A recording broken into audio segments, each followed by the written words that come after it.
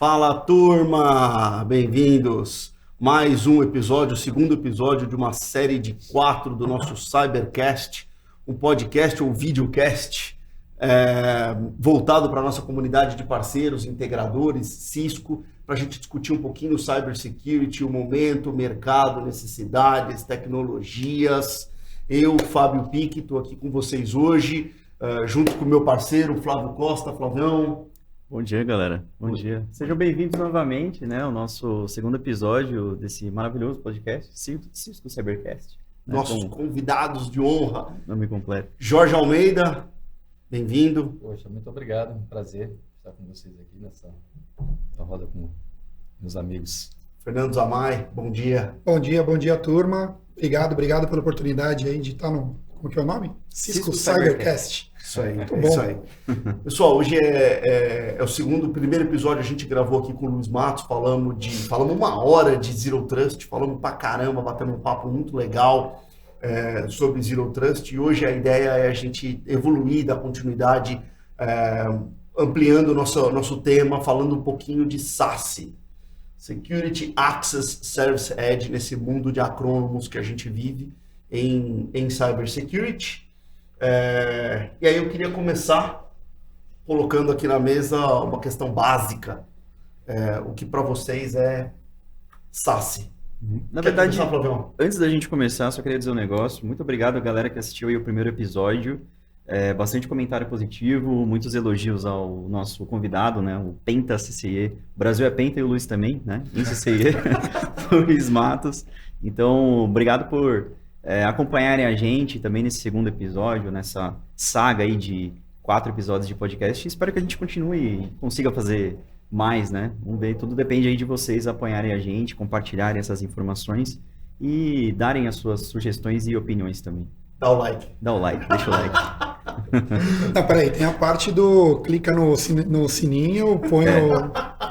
Clique no sininho, inscreva-se no canal. Ainda não tem assinatura, porque, né, não chegamos nesse nível, mas... Mas pode ser, entre outros, do seu canal. Sim. Está no forno. Vamos lá. Security Access Service Edge. Quer começar, Flavião? O que é SASE para você? O que é SASE? Uma ótima pergunta, né? Não sei se eu falo o que é SASE ou se eu falo o que é SSE, né? Porque agora a gente tem as duas terminologias. Mas eu costumo dizer que essa é uma convergência, né? É uma ideia de algo que não é muito uma novidade. Inclusive tem um vídeo aqui no meu canal falando sobre SASE, inclusive foi um dos primeiros vídeos em português sobre o tema, sobre o assunto, né? Gravei lá em 2019, quando a Gartner anunciou esse termo. Então, basicamente uma definição Gartner de SASE é que se trata de uma convergência tecnológica entre soluções nativas na nuvem, de redes e de segurança em algo unificado e teoricamente mágico, né, disponível ali na nuvem. Então, como eu falei antes, essa convergência não é uma novidade, né? A gente já viu isso acontecendo em outras fases, né, do nosso mercado, como, por exemplo, o conceito de UTM. Né? Antes a gente tinha um firewall, que era uma figura de um equipamento que operava especificamente em camada 3, em camada 4, né, o Stateful Firewall. E aí, conforme novas tecnologias foram surgindo, a necessidade maior de controle de aplicações, alguns fabricantes foram acrescentando funcionalidades nesse mesmo equipamento. Ao invés de fazer uma caixa nova, né, colocaram tudo em uma única caixa, adicionando esses serviços de IPS, IDS, controle de aplicações, e deram o nome disso aí de UTM, ou então o Next Generation Firewall, né?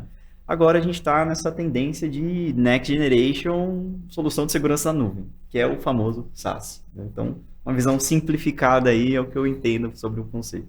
Depois eu queria voltar nessa questão UTM versus Next Generation Firewall. Zamay, quer dizer que hoje você vai no cliente, ele olha para você e fala: estou aqui desesperado para fazer meu projeto de SASE. É assim? Todo dia. Vários. O cliente sabe o que é isso? O cliente tem esse conceito? Não, e é interessante que eu até quero ouvir, né, a interpretação de SASE de cada um, porque cada um compreende de uma forma, né, existe o conceito, existe a ideia, e cada fabricante puxa para um lado.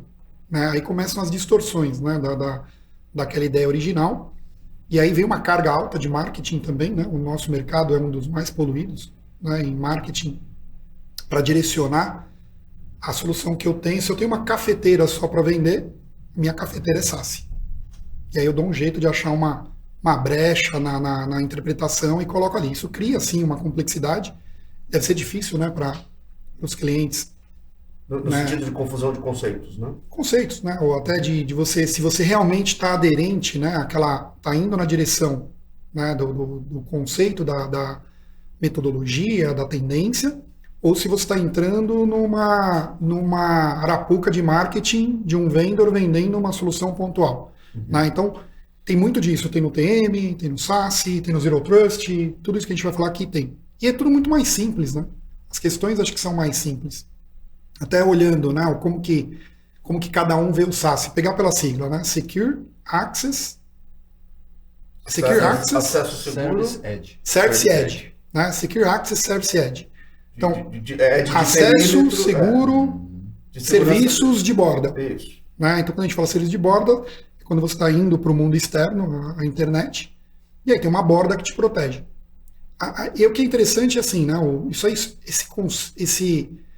Esse conceito hoje ele é tão importante e ele ajuda tanto em segurança que acaba se perdendo os benefícios frente ao marketing de cada solução pontual que quer distorcer e dizer o que é. O Gartner tirou o A.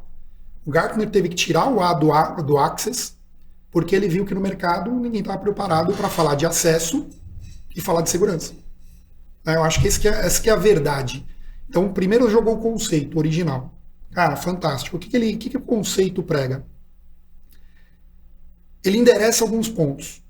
Tudo que você consome de segurança hoje, né, você consome firewall, que é uma capacidade, você consome um Deep Inspection, que é chamado de PS, que é Pattern Matching, que é uma capacidade. Você consome um Application Visibility Control, que é um Deep Inspection também. Você, quando eu falo Deep Inspection, depois tem uma pegadinha bonitinha ali. Você consome CASB, que é outra confusão que ainda não foi equacionada no mercado e que somou com o SaaS e ninguém entende direito quando fala que é CASB. Cloud Access Security Broker. Diferencia o SaaS do CASB, pela nomenclatura, né? Cloud Access Security Broker. Legal. É o Edge é mais genérico. Cloud seriam aplicações cloud, um broker que está na borda. O intermediário. Broker, Edge. Eu sou o broker. Então poderia ser um proxy. Né? Proxy. Né? E, na verdade, o CASB, né? A CIS comprou algumas empresas de CASB aí ao longo da história, algumas não deram certo, fez parcerias, eram empresas de proxy. Né? Então tem uma simplificação, você consome proxy. Né? E o proxy tem uma coisa interessante ao longo da história. O proxy, como é que você direciona o fluxo para ele? Né? Como que a rede manda os dados para o proxy inspecionar? O proxy tinha os métodos dele, que eram proxies explícitos, transparentes. Tinha que configurar o browser, né? Configura o browser, configura ali, tem um monte de limitação, um monte de pau. Uhum. Aí o que aconteceu? Historicamente o proxy foi evoluindo e falou assim, não, a rede manda para o proxy. Protocolos malucos lá, qual que era o nome daquela? WCCP, que a rede mandava para o proxy transparente, né? Sem ter que fazer uma triquitana maluca. Estou falando de rede. Tem gente tentando usar isso ainda. Então, aí você pega uma borda tradicional. A borda tradicional tem o Firewall, tem o IPS, tem o NG Firewall, né, que seja, tem o Proxy, e tem um monte de protocolo tentando fazer a rede conversar com essas coisas separadas. E tem, por exemplo, coisas que você talvez não tenha. Sandbox. Empresas mais maduras tem o tal do Sandbox, né, que é você mandar o arquivo que passa por ele, você está fazendo um download. Pega aquele arquivo, uma planilha Excel, um executável, alguma coisa, manda para uma caixa que tem uma máquina virtual, roda aquele arquivo para você e analisa, que é o tal do Sandbox. E tem um protocolo para falar com esse cara. ICAP, WCCP, tudo isso é complexo. Complexo, caro de operar, tá pau.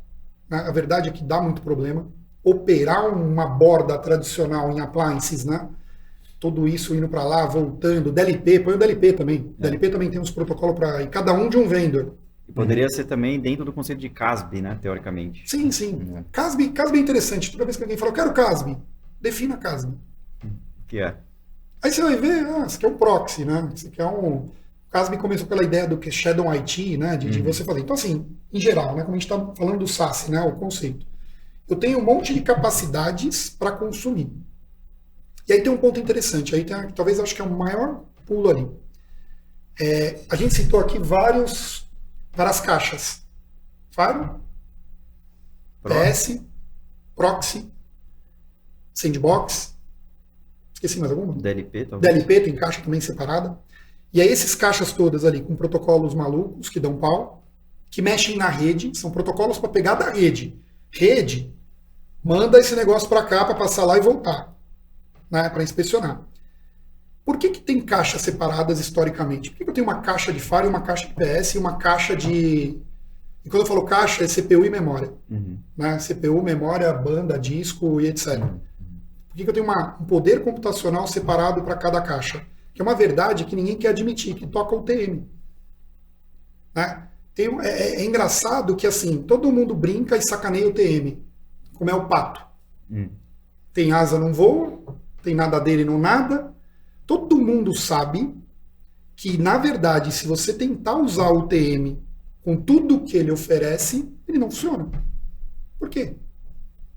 Porque aquela caixinha barata, TM tende a ser o mercado mais low-end, ela tem pouca CPU e pouca memória. Ele faz tudo? Faz. Um de cada vez. Se eu ligar todo mundo junto, acabou o CPU, acabou a memória. Ele poderia fazer? Poderia. Você vai ter que comprar uma caixa maior. Você vai ter que comprar um hardware maior, uma CPU maior.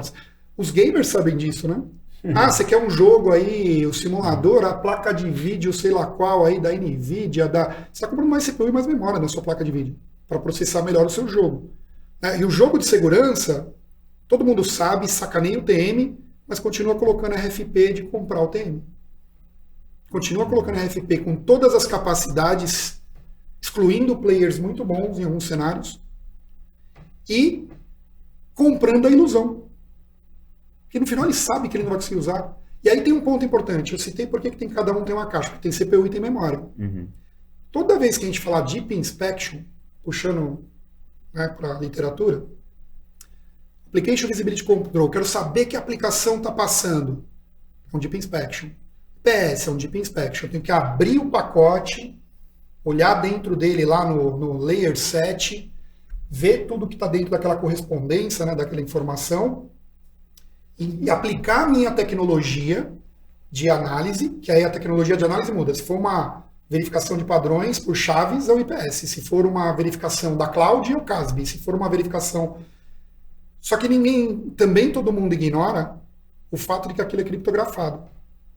Qual aplicação hoje vai para nuvem, para internet, que não está criptografada? Nenhum. Ou quase nenhum. Pouquíssimas, tendendo a zero. Tendendo a zero. E se tiver, é gap de segurança. Tem Exato. que ter alguém lá para tirar. Porque tem uma aplicação que não tem criptografia.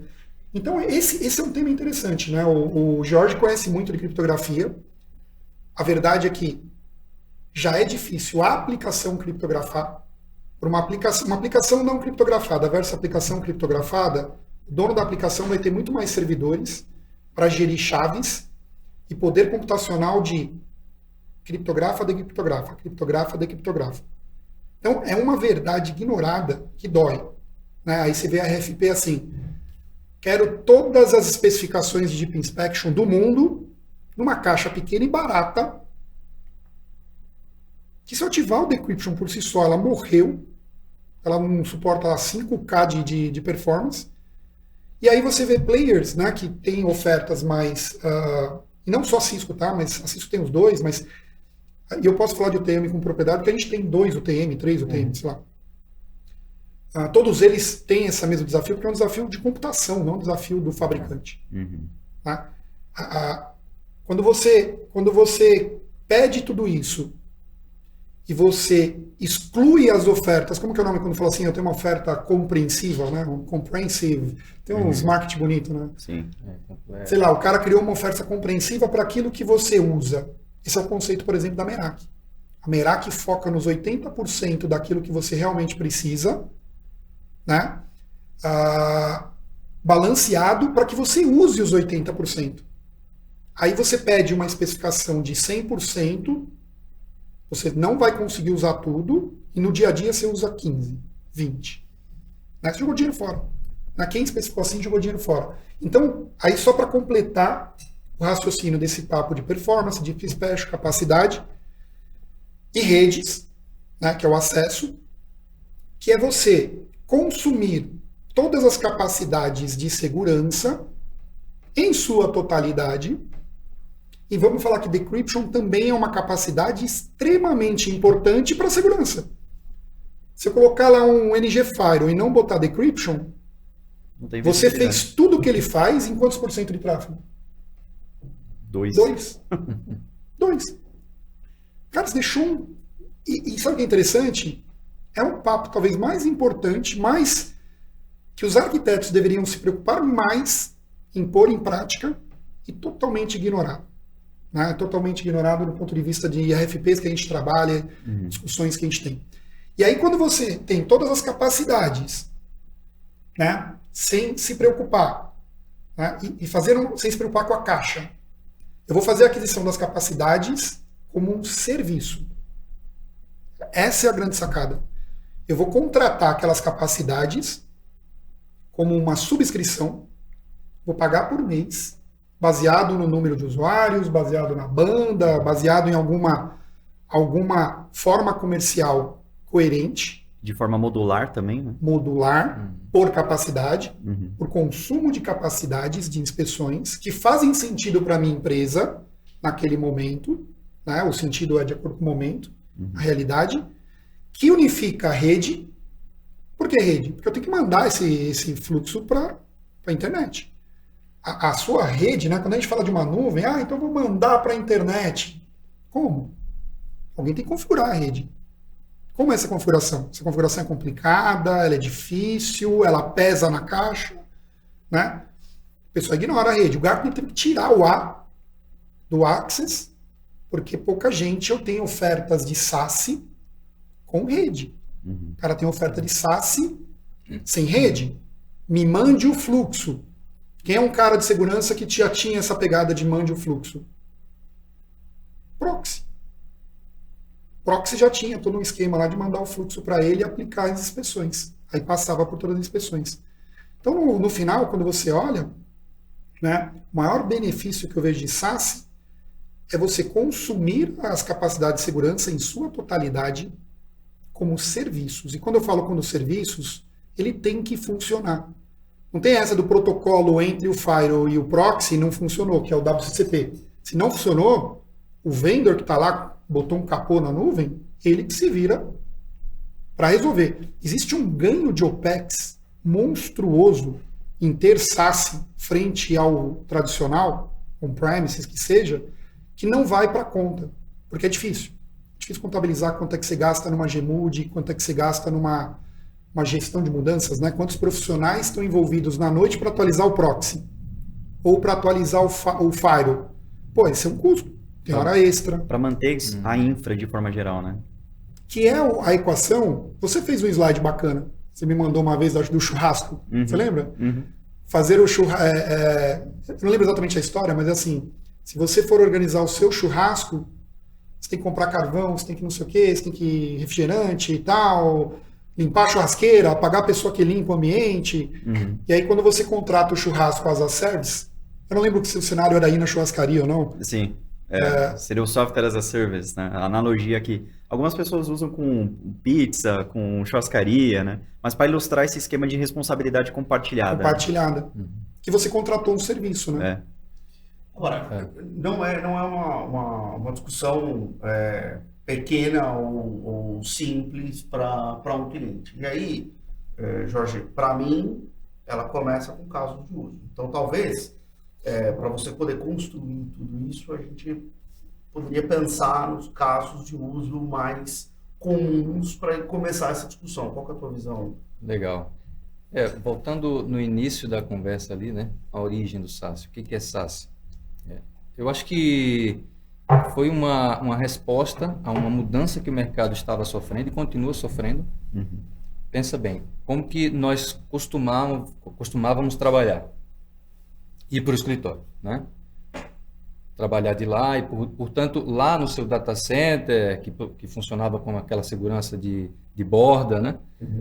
o que tinha ali? Tinha toda essa pilha de produtos de segurança que só foi aumentando. Passamos anos trabalhando disso. Só que pessoas trabalham de casa, pessoas trabalham da rua. Pandemia, agora, então, pandemia, né? E qual foi a mudança natural que aconteceu? Foi forçada, a verdade foi essa. A gente só talvez não tenha percebido, já estava acontecendo. Por que eu devo manter o meu proxy on-premises? E a função básica de um proxy é o quê? Controlar o acesso que vai para fora, que vai para a internet. Ocorre que com o que nós trabalhamos hoje? Um browser na frente. Praticamente tudo já vai para a internet, né? Então, faz todo sentido levar esse proxy, e eu falo proxy porque é a principal, né? Talvez seja a principal função ali dentro de um SaaS, que motivou essa migração. Então, proxy não faz sentido mais você ter dentro de casa. Leva isso para a nuvem. Leva isso para a nuvem. Porque quem está trabalhando de fora não precisa mais fechar uma VPN para sair para a internet usando todos esses recursos computacionais caros que o Zamay falou aqui, de criptografia e tudo mais. Leva isso para a nuvem como um serviço. Só que tem muito mais coisa além do proxy, né? Tem todas essas tecnologias que nós mencionamos aqui, Firewall. Poxa, se eu estou indo para a internet, por que eu vou fazer regra de Firewall também tendo que fechar uma VPN ou até um Firewall de host, quem sabe? Por que não levar isso também para a nuvem? E assim nós vamos fazendo, talvez, e essa é a minha visão, depois do Next Generation Firewall ou UTM, o SaaS é o melhor exemplo de consolidação de funcionalidades que a gente vê, né, no mercado de segurança. O que a gente viu foi uma complexidade muito grande, né, crescente em termos de funcionalidades, tecnologias, a todo momento empresas surgindo com tecnologia para cobrir aquela lacuna X que apareceu por conta do ataque avançado Y. Então, a operação fica complicada. O SaaS já é talvez uma resposta, e por conta da mudança do comportamento de trabalho, acesso à nuvem direta, aplicações indo para a nuvem, trabalho remoto, você acaba criando uma solução. Eu posso chamar de produto no SaaS, né? Diferente de Zero Trust, eu posso chamar de produto. É um produto entregue como um serviço de assinatura. Múltiplos produtos, múltiplas funções. Mas eu gosto da ideia de você, através de múltiplas tecnologias, compor uma solução, compor um produto no sentido de solução para o seu cliente. Acho que é nessa linha. E aí a ideia é, antes eu precisava gerenciar o meu proxy, o meu firewall de borda, talvez um IPS, DLP, quem sabe, DLP de rede, né? E cada solução dessa com a sua gerência individualizada. Então a operação ficou uma loucura. Se você pensar somente nesse caso de uso de acesso à internet, o que é acesso à internet? 90% do tempo que a gente faz o trabalho é esse, né? Sim. Acesso a alguma coisa, alguma aplicação, seja da empresa que já está lá no ambiente de nuvem, contratado como um SaaS, ou sei lá, você está dentro do escritório, ainda assim, acessando a internet. Né? Pouquíssima coisa, ou cada vez menos vai ficando dentro do data center. E esse próprio data center já está indo para a nuvem, né? Pelo menos de forma híbrida. Então faz todo sentido você pegar essa sopa de letrinhas aqui que era gerenciada separadamente e levar para um ambiente unificado. Um contrato unificado, e você tem um dashboard ali, onde você faz as configurações de cada uma dessas micro soluções dentro do ambiente, Firewall, DLP, Proxy, CASB, né, no mesmo ambiente, e de forma simplificada. Então, quer dizer, vamos ver se eu entendi bem, se eu consigo conectar um pouco do que todo mundo está falando aqui, né? Os dados das aplicações foram para a nuvem. Exatamente. E o que a gente está fazendo agora é levar as capacidades de segurança para esse local onde estão os dados, as aplicações corporativas, que por acaso se chama nuvem. Repensando isso em função de uma mudança de comportamento nossa, de estar trabalhando em viagem, trabalhando de casa, trabalhando de um escritório remoto que é pequenininho. Então, a questão da discussão de casos de uso, ela é muito ampla, e aí eu acho até interessante a gente abordar um pouquinho aqui a questão de até onde vai essa discussão, né? Quais são essas capacidades, dá para fazer uma lista mínima, máxima, mas a gente definindo o caso de uso, que é muito individualizado, que é muito de acordo com a necessidade de negócio de cada cliente, a gente definir quais são as capacidades de segurança para cada cliente em cada momento diferente. É por aí, Flávio? Eu acredito que sim. Eu acho que o principal erro das organizações é tentar acelerar a adoção de uma nova tecnologia ou de um novo conceito. Seja ele Zero Trust, SaaS ou qualquer outro, né? Acho que, inclusive, esse é um dos motivos pelo qual a Gartner colocou o SSE, né? Porque ela viu que estava causando muita confusão ali de mercado e, na visão da Gartner, especificamente, não tinha ainda nenhum fornecedor pronto para entregar uma solução única e centralizada que tivesse todos os pré-requisitos que ela mesma determinou, né? Que fosse apenas um único fornecedor, que tivesse a camada de acesso com serviços de SD-WAN e que tivesse todas as características e capacidades de segurança também, né? Na minha visão, pode ser que ela não tenha considerado a Cisco, né? Porque eu acredito que a Cisco tenha essa mesma visão e preencha todos os requisitos. Mas só para a gente conceituar as duas coisas, nós estamos no conceito de SaaS, a gente está somando conectividade, principalmente SD-WAN, com as capacidades de segurança. Em SSE, ou Security Service Edge, a gente está olhando só as capacidades de segurança, Exato. Desconsiderando no primeiro momento a questão conectividade, é isso? Exatamente. Desconsiderando literalmente, né, a camada de acesso.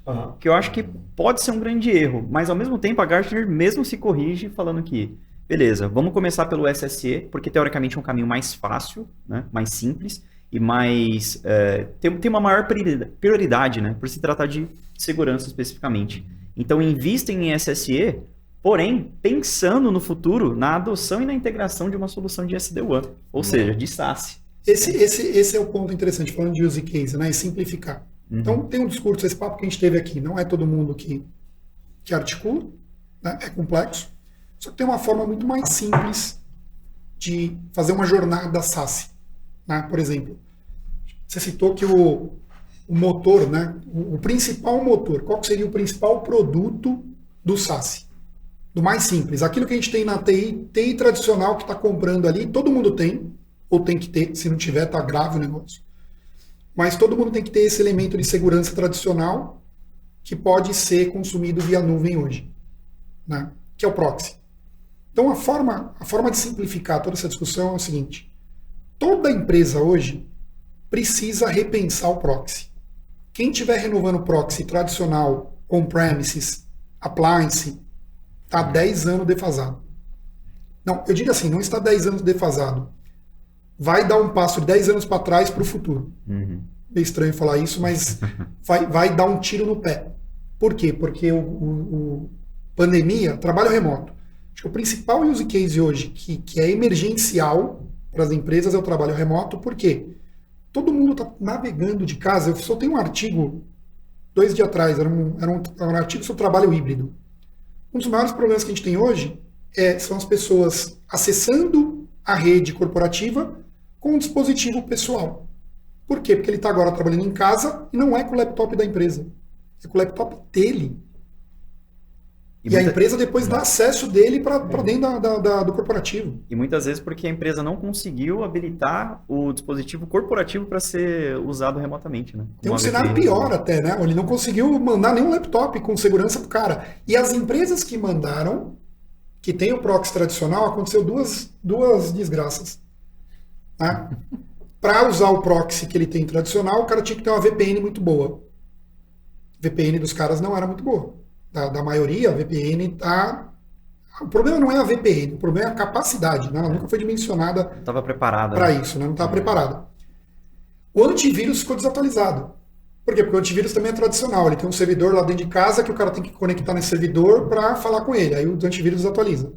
E o terceiro ponto, o proxy também é dentro de casa. O cara fala, deixa o cara navegar direto. Então o cara o funcionário, né? Que virou um grande fator de risco, que é o caso de uso de trabalho remoto. Ele está navegando na internet livremente, sem nenhuma proteção. Fora da VPN. Fora da VPN, com uma máquina que não é da empresa. Botar essa dica grave, que não deve ter antivírus. Deve ter o Windows pirata, mais ou menos. né? Sabe Deus que está rodando ali na máquina pessoal da pessoa. A pessoal da pessoa ficou ótimo. E aí depois eu dou acesso corporativo a ele. Volto aqui para usar a minha empresa. Aí de repente a gente vê, nossa, empresa tal, parou, Rensor, que triste, né? Chora. Que maldade. Foram os atacantes que são malvados. Né? E aí você vê como a pandemia trouxe esse alerta, né? Porque quem mais sofreu dos nossos clientes, principalmente, assim, que a gente ajudou e interagiu? Quem tinha a maior parte da sua força de trabalho local, né? Nos escritórios, ou seja, tinha VPN, mas uma VPN limitada. Pontual, né? E de repente, literalmente da noite para o dia, você teve que levar, sei lá, milhares de pessoas para trabalhar de fora. E isso já era uma tendência. Nós, pelo menos da Cisco, não sofremos absolutamente nada. A gente já tinha uma cultura. A gente já tinha uma cultura, tecnologia, assim como várias empresas do ramo de TI, mas, por exemplo, pega bancos. Não tinha essa cultura. O pessoal de banco não tinha os bancos naturalmente muito. E aí isso você falou, Zamay, foi muito crítico. Pessoas começando a trabalhar com máquinas pessoais pelo simples fato do cara não ter um orçamento naquele momento para comprar imediatamente máquinas corporativas para dar para o cara levar para casa. Né? Faltou máquina. Faltou máquina, faltou. Então é tudo junto, né? Tudo junto, cara. E aí, se você, além disso, não tem uma característica de proteção direta para a internet, você fica totalmente dependente de uma VPN, que foi o que aconteceu. Pessoas tiveram que aumentar aquele gargalo ali da VPN, que se tornou um gargalo, né? Para poder dar acesso a essas pessoas remotas. Tem uma solução mais interessante, aí, né? Eu, às vezes eu publico no LinkedIn lá, porque eu fico indignado às vezes, né? Tem gente que fala assim, que SaaS é não ter VPN. Cara, tem vendor que coloca assim, SaaS, não ter VPN. Zero Trust, né? Usa o nome do Zero Trust também. Eu ia chegar no Zero Trust, mas antes disso, a morte da VPN. A VPN Zero morreu. Trust Network Access. A VPN morreu, né? A VPN é o vilão. Cara, qualquer SI, né? System Engineer, qualquer engenheiro vai ficar indignado, por quê? Amigo, me explica como é que você manda o tráfego da máquina para sua nuvem SaaS. Ah, não, a gente não usa VPN. Usa o quê? Aí inventa um monte de história bonita e fala, túnel. Meu amigo, isso é uma VPN. Eu sinto te dizer, mas Virtual Private Network parte do princípio de montar um túnel. Mas se não tiver criptografia, é desprotegido. Tem criptografia? Tem. Olha que legal, estamos falando de VPN. Qual que é a chave? Qual que é o método? Qual que é a troca? Um IPsec. Mas não é VPN. É muito louco isso. Uma VPN morreu. É coisa do passado, dinossauro. Não.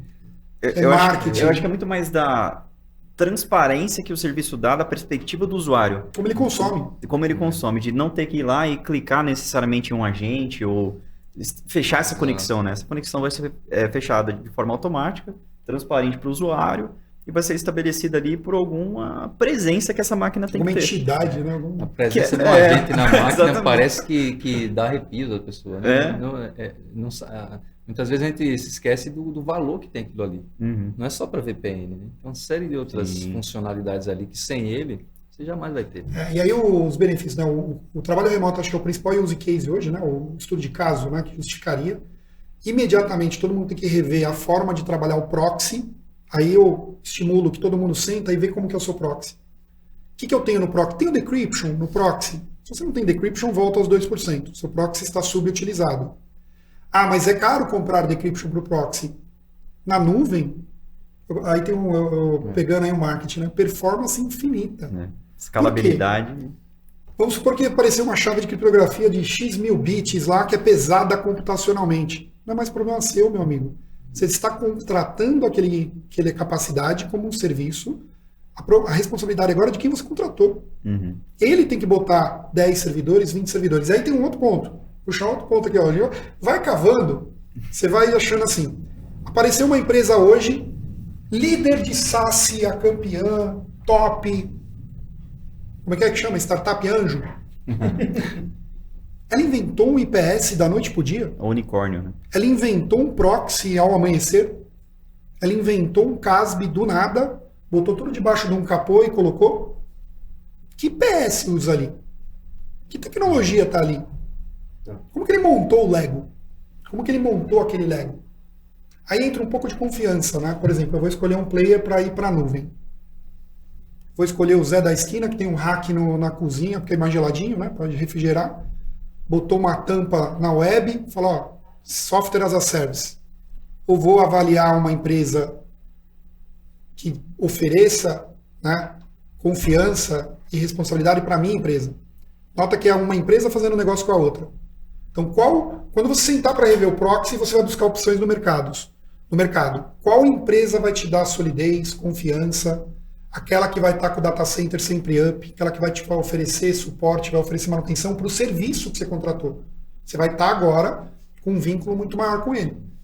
Né? Você vai contratar qualquer empresa ou você vai fazer uma avaliação de alguém que tenha um porte, né, para justamente te atender quando as coisas não funcionarem, né? Quando algo não funcionar. Agora, sabe um ponto interessante, já puxando um pouco o assunto para o que a Cisco pode fornecer com relação a SaaS e SSE, é que se a gente der uma olhada no relatório principal, ali no white paper publicado pela Gartner, por exemplo, ela coloca que existem algumas funcionalidades que são core e outras que são recomendadas, né? Ou Essa seja, é uma discussão importante. não é necessariamente aquela primária que você vai investir, mas pode ser bom que você tenha.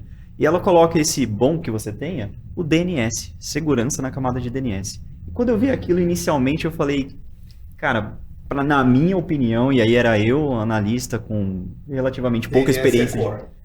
Pouca experiência de mercado, falando que, pô, pra mim DNS é core. Isso em 2019, né?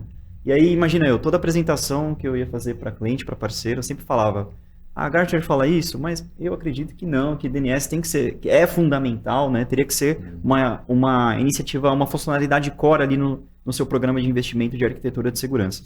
Até que, se eu não me engano, em 2021, a CISA, né, junto com a NSA, lançou um paper tornando obrigatória para todas as agências de governo norte-americanas uma solução de Protective DNS, como eles chamavam, né? De segurança na camada de DNS. Aí não era só mais eu, o Flávio, falando, aí era, né, com todo o apoio da CISA e da NSA, mostrando que sim, segurança na camada de DNS é fundamental. Então, minha pergunta é, o que vocês consideram como core ou como recomendado e como que a gente pode ajudar? Essa eu queria fazer alguns comentários aqui, porque a gente teve no primeiro episódio falando aqui 1 hora com o Luiz Matos sobre Zero Trust, e eu tenho uma certa dificuldade de separar as coisas ou de enxergar Zero Trust como uma discussão separada disso. Eu entendo e respeito o fato de, eventualmente, no conceito que o Flávio trouxe, não ser core, mas eu não quero desvirtuar o assunto aqui de SaaS para Zero Trust, até porque a gente já teve uma oportunidade de falar muito de Zero Trust, mas eu acho que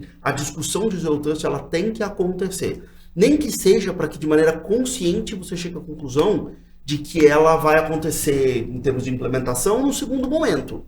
Mas ela precisa acontecer, porque a gente está falando de conectividade, de segurança de acesso a dados, aplicações corporativas, e eu preciso ter uma questão de cuidado com o dispositivo, eu preciso ter uma questão de cuidado de privilégio mínimo de acesso. Então, essas discussões elas estão muito, muito, muito próximas. Ok, usando a abordagem do Flávio, talvez não seja core, mas não dá para deixar Zero Trust e não dá para deixar EDR, até puxando um pouquinho XDR, a gente vai ter um episódio para falar de XDR, mas totalmente de lado. Jorginho. Pegando o gancho aí do DNS, né? A gente não tinha mencionado até então o DNS, o nosso famoso DNS. Para nós é premissa, né? Para nós é tipo obrigatório, já tá lá. Isso que você falou, Flávio, mostra, para mim, está muito claro o seguinte: o pessoal não entende, ou pelo menos não entendia. A ficha está começando a cair. Né? Que o valor de DNS na camada de segurança, ou a segurança na camada de DNS, é estrondoso. Né? Isso a gente já vem mostrando para o mercado desde que nós adquirimos lá a OpenDNS, que tinha como base o uso dessa funcionalidade, desse protocolo, para entender o que está rolando em termos de segurança e, inclusive, prevenir, né? Ele é tanto preventivo quanto detectivo. Se você evita um acesso a um ambiente potencialmente malicioso ou conhecidamente malicioso, se você fizer isso já na camada de DNS, e para os leigos, DNS vem antes de qualquer coisa. Quando a gente está falando de proxy, a gente já está falando de navegação, HTTP, HTTPS. O DNS vem antes disso. Precede a execução de IP, né? Ele vem antes do file, ele vem antes do IPS, ele vem antes do NDR, ele vem antes de tudo. Qualquer coisa que você vai fazer hoje, ninguém digita lá um IP para acessar ou pouquíssima gente faz isso. Pouquíssima gente faz isso. Quando o DNS cai. Exato. As aplicações fazem um request DNS. Nossa, ele cai Então, esse momento é um momento precioso que você tem para entender o que está rolando. E aí entra toda a questão de inteligência, né? Que, claro, eu tenho que ter inteligência muito, muito bem organizada ali para saber de antemão que aquilo que eu estou tentando acessar é potencialmente malicioso ou conhecidamente malicioso. Cara, corta o mal pela raiz. Perfeito. Cara, você não considerar isso como parte integrante de uma solução de SaaS que tem como natureza o acesso à internet, poxa, você não conhece Deixa eu fazer um comentário que me ocorreu aqui quando você falava. Por que talvez para nós isso é core, é natural e não existe, é o fundamento dessa discussão, né? O nosso cérebro vai somando coisas às vezes sem a gente perceber, né? Acho que o ambiente que eu conheço pessoalmente mais seguro como usuário é o nosso, é o da Cisco. Nós somos funcionários da Cisco e a gente está num ambiente extremamente protegido. E a gente tem um agente na estação de trabalho e eventualmente a gente não fica muito mexendo lá nele e tal. Eu pelo menos tenho um perfil mais de usuário clássico, padrão, mas desde da implementação inicial dele é impossível eu usar o meu computador sem proteção DNS. E se eu estou fora do ambiente, ele detecta isso e ativa. Se eu estou dentro do escritório, ele detecta que eu estou dentro do escritório, desativa, porque ele sabe que eu também estou tendo essa camada de proteção DNS no meu fluxo de acesso à rede normal. Então, para nós, ele é core, ele é básico, porque implementaram isso para a gente há muitos anos. Olha, a discussão não precisa nem estender muito. Todos os nossos concorrentes estão implementando o DNS. Todos os concorrentes que diziam que não era importante, que não sei o que, nossa, estão lançando. Que legal, só que eles estão assim, a gente tem 10 anos de DNS, né, da OpenDNS. Então, assim, é uma comprovação do próprio mercado, né? Então, aquele cara que dizia, não, você não precisa disso. Não, precisa. Precisa sim, é core. Aliás, o sucesso do Umbrella DNS, todo o mercado, já ratifica tudo isso que a gente está falando.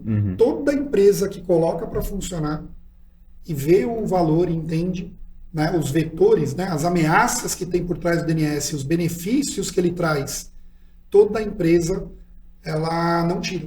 Sim. Quando ela vê, ela fala, cara, isso é importante para mim. É um vetor. E aí agora a gente tem os analistas, né, a gente fala isso há anos, a gente tem os analistas agora colocando. E alguns movimentos, né, que corroboram. Infelizmente, a gente tem um mercado que aprendeu historicamente, qualquer um se entrar num cursinho de cibersegurança básica, vai ser orientado a para cada problema colocar uma solução. Inclusive vai ter gente que vai falar que esse multivendor, 2 camadas, 3 camadas, sei lá, é bom. É bom na teoria, no puro, né, no preciosismo. Na operação e na complexidade, é um monstro. É um Frankenstein que você não consegue explorar. O SaaS, o fato dele consolidar, você ganha sandbox, você ganha DNS, você ganha proxy, você ganha firewall, tudo junto, bonitinho ali, ativado e funcionando num clique. Você não integrou. Cara, quem já participou de projeto de integração de uma caixa de um vendor com uma caixa do outro para fazer algo de segurança complexo, sabe que não é fácil. Esse valor do SaaS é onde está o maior benefício. Sim. E se você poder explorar capacidades de inspeções complexas num clique, como serviço, sem se preocupar com a performance. E isso que tem que vir para a conta. Então, por exemplo, a gente tem, às vezes, projetos, a gente tem o proxy tradicional. Vamos falar de simplificar. Entrada do SaaS, trocar o proxy. Nós temos proxy. WSA, Ironport, fantástico. Tem cliente nosso que estava renovando o proxy. Falha nossa. A gente tem que avisar para ele, não renova o proxy assim, sem antes ouvir a história de nuvem.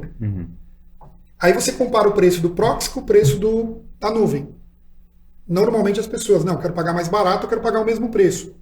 Só que a nuvem está te dando muito mais coisas que você não tinha. Estou te cobrindo gap de segurança. Você tinha gaps.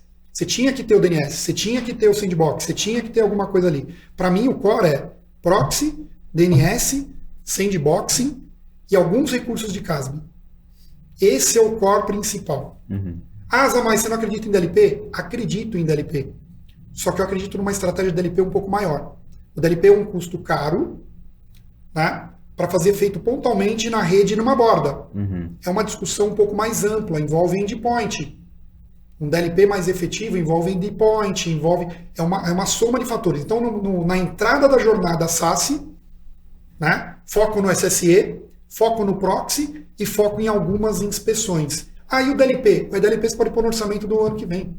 Entra na nuvem, põe para funcionar, e o pôr para funcionar é muito rápido. Né? O Jorge aqui, vocês podem me dizer, no projetos que não são estressantes, que entram em funcionamento rápido, pouquíssima dor de cabeça com TAC, né? Com chamado, suporte de problemas. Então, assim, tem muitos benefícios que estão depois da venda do produto, né? Da subscrição, que normalmente é muito difícil pôr na equação. Então, a gente vem procurando mostrar, né, esse TCO, né, o Total Cost Ownership, quanto custa manter uma solução tradicional versus quanto custa manter uma solução de subscrição. E aí, não gostei, não renova, pega do outro depois. Né? Então, assim, hoje as empresas têm um poder muito grande, né, de se beneficiar consumindo, né, segurança por aí. E aí o soma do Zero Trust também tem que vir na equação, mas são coisas mais simples. SaaS prega muito a forma de consumo. Vou consumir as capacidades de segurança como subscrição, como serviço. Vou ganhar mais coisas, vou consolidar e vou simplificar. Serei mais efetivo. Zero Trust prega numa metodologia onde você tem que aplicar políticas de segurança para toda a empresa. Já foi o tema de Zero Trust, mas o problema do Zero Trust que eu vejo é que o pessoal deturpa a metodologia e leva assim, Zero Trust para VPN. Isso existe há 10 anos, 20 anos. Chama Role Based Access Control.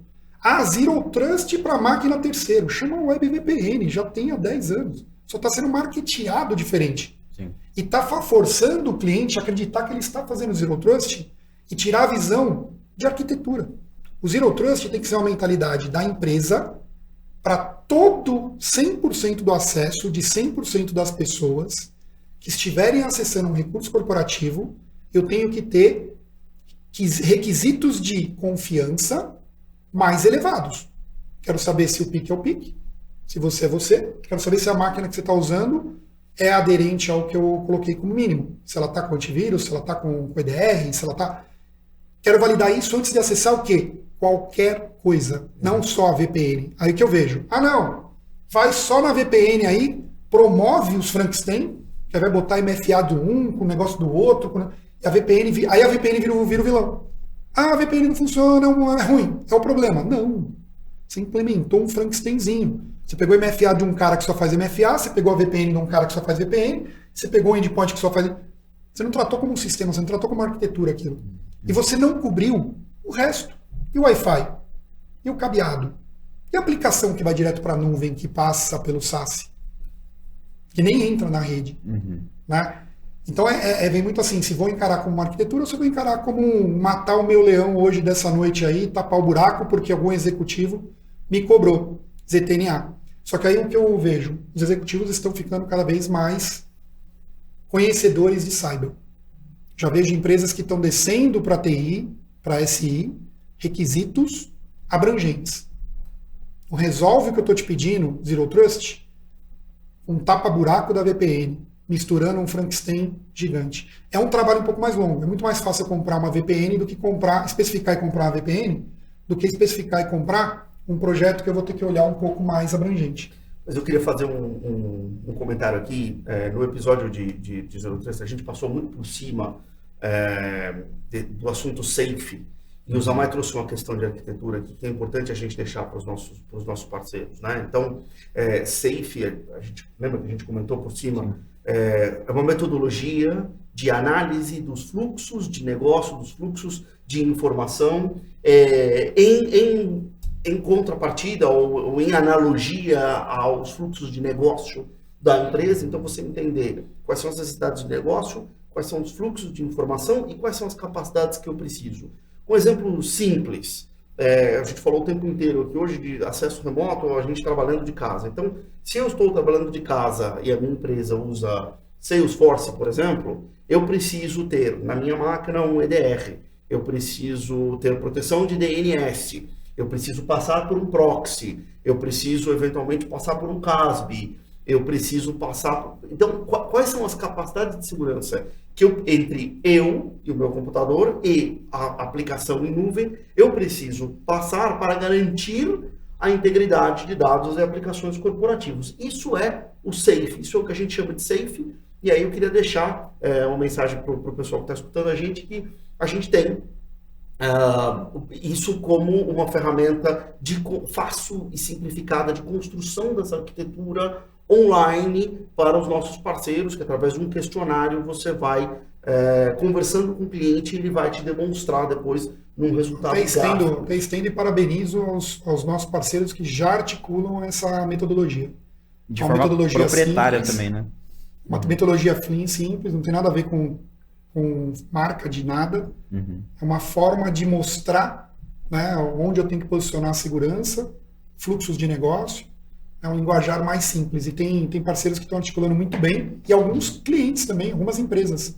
Conversei com um CISO uma vez que o plano diretor dele, a capa do plano, foi montada por eles, né, a equipe desse cliente fez. Né, a capa era a capa do Safe. E aí ele me mostrou, né, ele pegou exatamente o que a metodologia diz, separar em domínios, né, tem os domínios que você separa onde que você vai atuar, e aí separa os fluxos de negócio, e analisa nesse fluxo de negócio, assim, a máquina está trabalhando em casa e está acessando uma aplicação de negócio. O que passa de segurança ali? E aí pega, só para fazer esse exercício você pega vários gaps, né?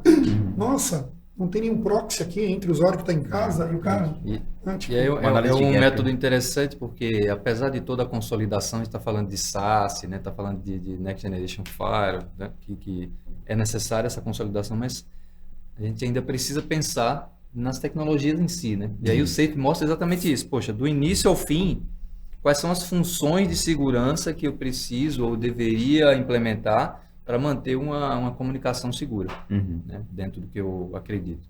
Então, isso, aí você tem lá o DLP, você tem a controle de identidade, você tem o Firewall. Então, pode ser que esteja numa mesma caixa, pode ser que esteja na nuvem, não importa. Né? Para a gente começar a aterrizar aqui e encerrar o nosso episódio, eu queria colocar na mesa um outro ponto aqui. Dá para fazer tudo isso de maneira tranquila para o pobre do usuário aqui? Eu me coloco numa posição, talvez eu seja o que menos tenho conhecimento técnico da mesa, e eu fico pensando, dá para fazer tudo isso sem acabar com a minha vida? Rapaz, acho que segurança nunca foi vista com bons olhos pelo usuário final, né? Pelo menos a grande maioria. E segurança é para isso mesmo. É para dificultar um pouco a vida do usuário. Claro que você tem que equilibrar, né? Mas eu acho que dá, sim. Eu acho que dá. E os produtos, o que a gente está vendo, primeiro houve a complexidade. A complexidade se mostrou inviável de você administrar. O que está acontecendo agora? Vamos simplificar. Simplificar por meio de consolidação, simplificar por meio de funcionalidades mais básicas mesmo. Assim, poxa, o que é mais importante num proxy? É eu proteger em relação a um acesso malicioso, ou eu controlar o que o cidadão está fazendo na internet, tantas horas de Facebook por dia? Cara, não se faz mais isso. Né? Então, você está tirando um pouco do ônus já da administração, isso se reflete no usuário. O usuário está usando de uma forma mais simples. Essa é a minha visão. Sim. Lembro do marketing não vou deixar o cara jogar no Facebook. Quem que joga no Facebook durante o trabalho? Ou você tira o celular, deixa seu celular fora, de onde quer que você esteja entrando para trabalhar, ou você, cara, assim, monitora tem integralmente. Né? Tem empresas que é hábito. O funcionário chega, deixa o celular num escaninho. Né? Por quê? Porque ele trabalha com atendimento, trabalha com pessoas. Bem específico. Aí foi o caso do MFA, né? O MFA bonita no celular. Ele não tem celular. Exato. Aí a gente tem uma outra solução que usa lá um coordenador de área. Tem as exceções, né? Claro. Tem ambientes que realmente críticos, super sigilosos, cara. Dados sensíveis. Exato. Mas não é a grande maioria, né? Então acho que tem como fazer isso, né? Você citou um exemplo pontual. Não, tem não, peraí. É importantíssimo. Tem um monte de gente ouvindo aí que implementou Sim. e sabe que, assim, fazendo direitinho, né, conhecendo, é bem mais simples que várias outras soluções. É Exatamente. muito mais simples que implementar, por exemplo, o cenário tradicional. Uhum. Botar todo aquele miolo pra funcionar direito. Começando por aquilo que vai te trazer um resultado mais rápido e mais eficaz, Perfeito. né? E aí a eficiência da sua operação, aí você vê, né? Aos poucos, você vai ajustando ali Porque o nessa processo. resposta aí não é só o endpoint, né? Às vezes pensa só no endpoint no usuário, mas o fluxo dele está passando num miolo lá, qualquer errinho que o cara faz, esse miolo impacta o usuário. Não é só o endpoint, Flavião, mas aquele agente único que hoje eu tenho na minha máquina ajudou um caminhão. Pô, a gente fala muito de simplificação, né? Convergência, a ideia de convergir soluções é justamente essa, né? De simplificar a operação, o gerenciamento, a adoção, a implementação. Então, a gente seria muito incoerente se a gente não adotasse na prática o que a gente tem como discurso. Então, se a gente está convergindo uma solução, está unificando tudo ali através da nuvem, a solução como um agente que vai ser um intercomunicador dessas capacidades, ela tem que ser unificada também, né? Então, o Cisco Secure Client, que é a evolução ali do Cisco AnyConnect, como popularmente ficou conhecido principalmente pela característica de VPN, né? Hoje é uma solução modular, né? Hoje é uma solução que incorpora várias funcionalidades diferentes, que pode ter o EDR, que pode ter o Roaming Client, né? Que é o software, o agente que vai proteger o dispositivo do funcionário quando ele não estiver dentro do ambiente corporativo e quando ele estiver dentro também, né?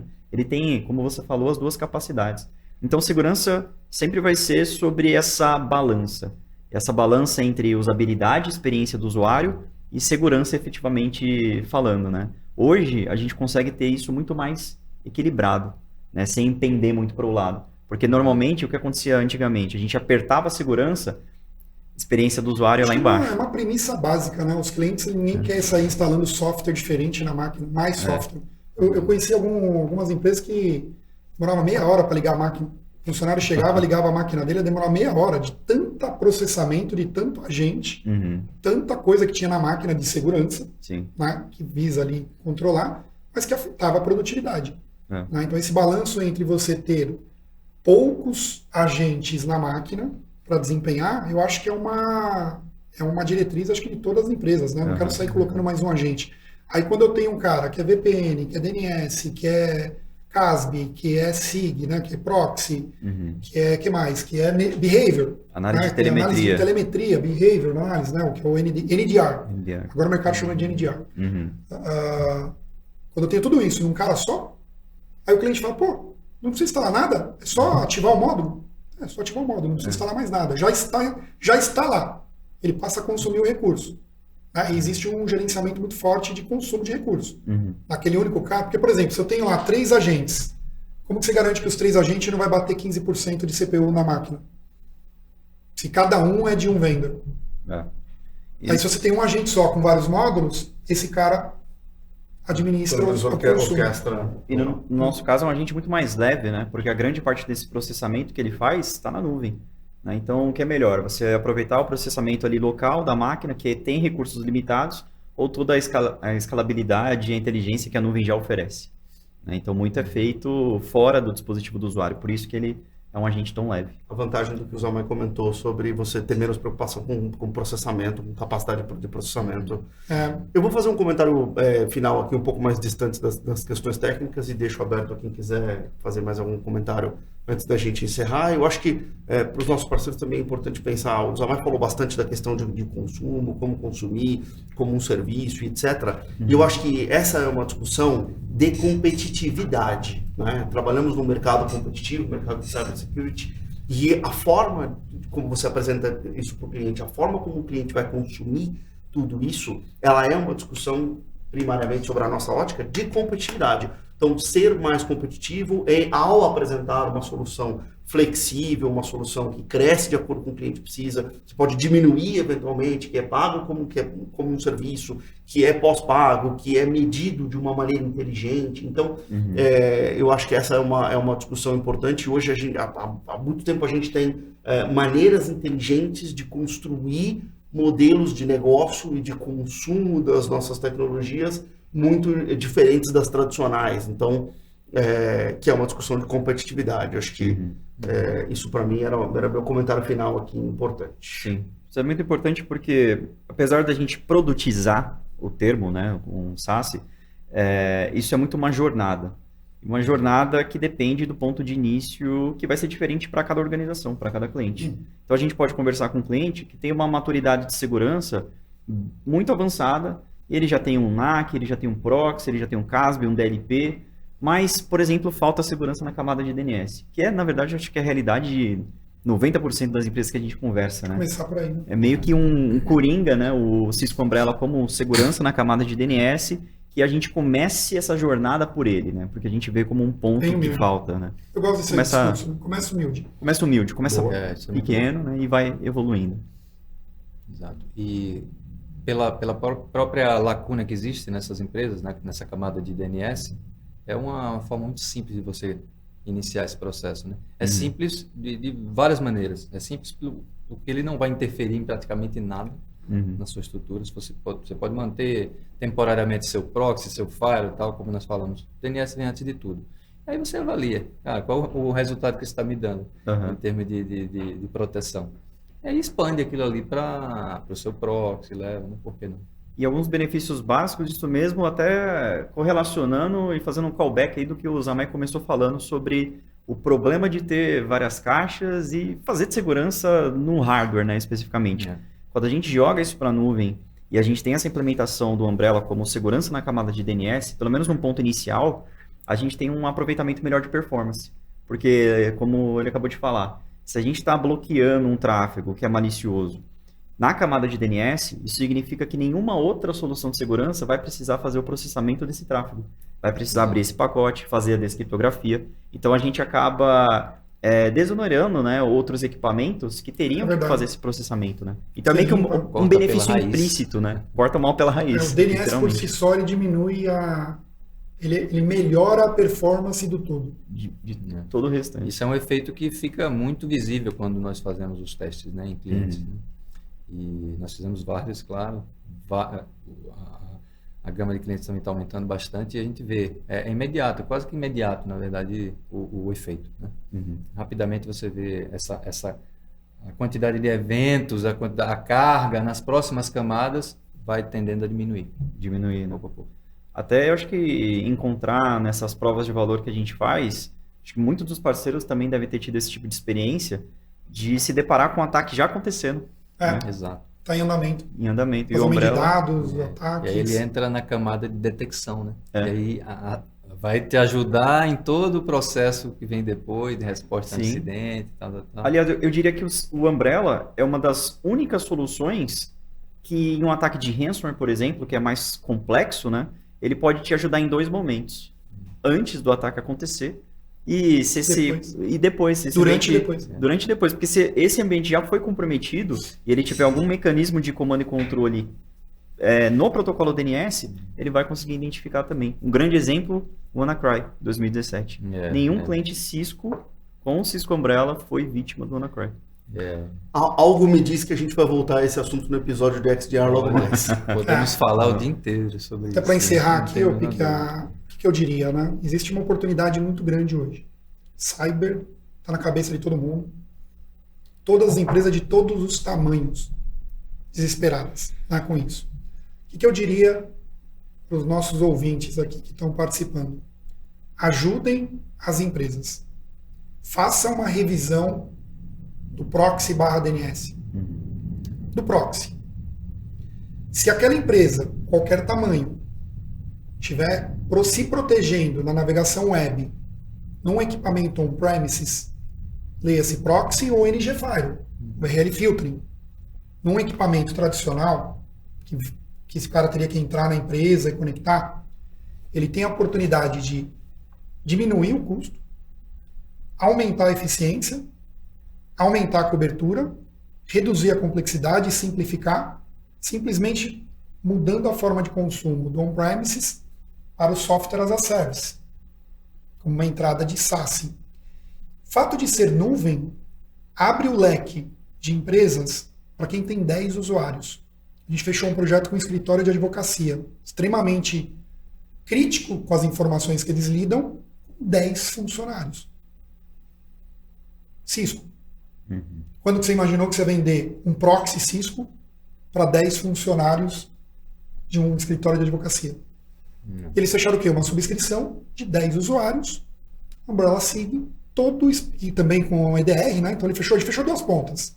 A gente fez uma consultoria e falou assim, não vou te vender um firewall muito grande, pode usar esse aí que você tem que tá bom. Tá? Vamos ver onde nasce o ataque, DNS Sig, Umbrella, e vamos proteger onde roda o ataque, endpoint. Então um pacotinho de subscrição, 2 produtos, Enterprise Agreement. Não fechou o Enterprise Agreement, porque eram 10 usuários, né? Uhum. O Enterprise Agreement ainda tem ali um limite, mas uma conta por mês, e o nosso integrador que está participando também colocou na mesa a opção de fazer pagamento mensal por uso. O escritório vai crescer, paga 10 usuários, paga 15, paga 20, que é uma modalidade que tende a crescer, né, que é você pagar esse consumo por demanda. Se eu tenho 10 usuários, eu pago 10. Se eu tenho 15, eu pago 15. Se eu tenho 20, eu pago 20. Melhor Né? ainda. Então, e isso aí gerido pelo integrador. Né? Então, não era o alvo aqui, talvez a gente tenha uma só específica para falar disso, né? Mas esses modelos de consumo hoje estão disponíveis e estão ali para ajudar as empresas. Então, aumenta o espectro de atacar um mercado que às vezes a pessoa pensa assim, Cisco é muito caro, não vai chegar no meu escritório de 10 usuários. Não é para mim, né? Gente, tem vários, já tenho vários pequenos rodando. Isso é muito importante, eu acho que ele falou. Democrático. Uma solução democrática, né? Democrático. E cibersegurança tem que estar presente na cabeça de qualquer organização hoje em dia, independente do tamanho. Não existe esse conceito de que, eu não sou um alvo interessante, porque eu não tenho valor. Não, todo mundo pode ser vítima ali de um ataque cibernético e todo mundo tem que estar pronto, né? A diferença da empresa que vai abrir amanhã e da que vai fechar é o nível de visibilidade que ela tinha de detecção e resposta, né? Então é muito importante você comentar isso, porque a gente estende essa possibilidade de conversa para qualquer tipo de organização, independente do tamanho e do segmento de atuação. Que interessante essa analogia, né? Mas eu sou pequenininho, eu tenho 10 usuários. Mas você lida com as informações judiciais de uma das maiores construtoras do país. Supply chain ataque. Não vou atacar a construtora, eu vou atacar a empresa de direito que está fazendo tudo ali, que ele tem informação boa do cara. Como já aconteceu, né? Tem vários exemplos, né? Então, assim, não é a criticidade não é pela quantidade de pessoas e usuários, é pelo tipo de informação que você opera e administra. Perfeito. O valor está no dado ali, né? Isso aí. Bom papo, bom papo. Muito bom. Fechamos, senhores? Fechamos. Obrigado, turma. Obrigado, audiência. Continuem com a gente. Vamos para o próximo episódio. Valeu. Valeu, galera. Valeu, galera.